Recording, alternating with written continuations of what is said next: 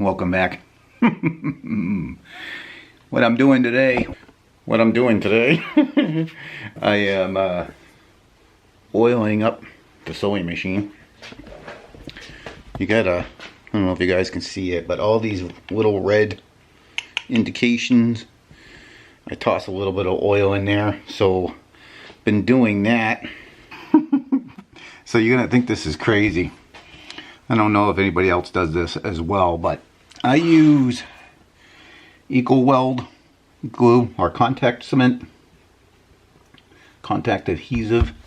I buy it in this this big 33.8 ounces, and I believe I get this. Oh yeah, I get this off Tandy Leather. There's no smell to this. It's water base, so it cleans up pretty good too. Plus, if you leave it open, you can just add a little bit of water and it'll be back new again. But what I do with this, glue, it's a process, I know. But I take this glue and I transfer it into this bottle, which is getting kind of empty. I transfer it into this bottle and then I transfer it into this little one. This little one has a great little tip on it, and I feel like it works really good, but I have to get it from here to here. I don't hardly ever, like, you know, I see some guys will dip their brush in here or whatever their applicator is, and or they'll pour it into a small little dish and they'll just do it. I like to squeeze it out. I just like going right on where I need to apply and then spread it out with a spreader, or whatever you're going to use to spread it out. But that's how I do my glue, and I mean my adhesive or contact cement. I write glue on this because I transfer my Tokeno into a little squeeze bottle too. I got these squeeze bottles off of Amazon, and I believe there was 20 of them that came in a package, and I got a whole bin full of them. I haven't, the only one I changed out so far was the glue one, but I had it for almost a year, and I just changed this out not that long ago. So that's how I get my glue or adhesive into this larger one, into this one. I know it's a process, I know, but it doesn't take me very long and it works for me. So I guess, you know, whatever works for you.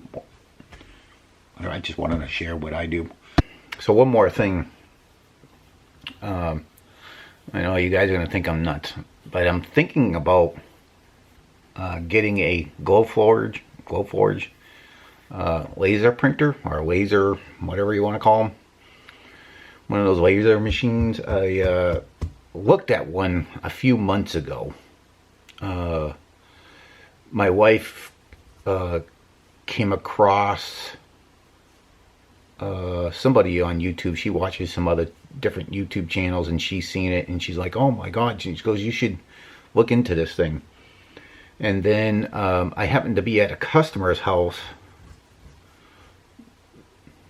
maybe 3 weeks ago or so, or 2 weeks ago, and he had one down in his basement, and he makes wooden shelves out of this thin wood that he gets. I don't know what kind of wood it is, but he designs these neat shelving, well, different products that he does, but he showed me a couple of these shelves that he makes, and then he can people can send him pictures of like their dog or whatever, and he can burn it in there. So of course my wife and I were talking about you know, because of MRA, we could really design something up that's really unique for different products that we offer. Something different for like the men's wallets, or something with you know, each product, and then the only, we can design different things, I guess, and the possibilities are endless. And you can also cut your leather. So, it almost, I don't think I would use that instead of a clicker die. I think that that laser thing is, I think it's time consuming. I think even just getting the settings right and getting it hooked up right.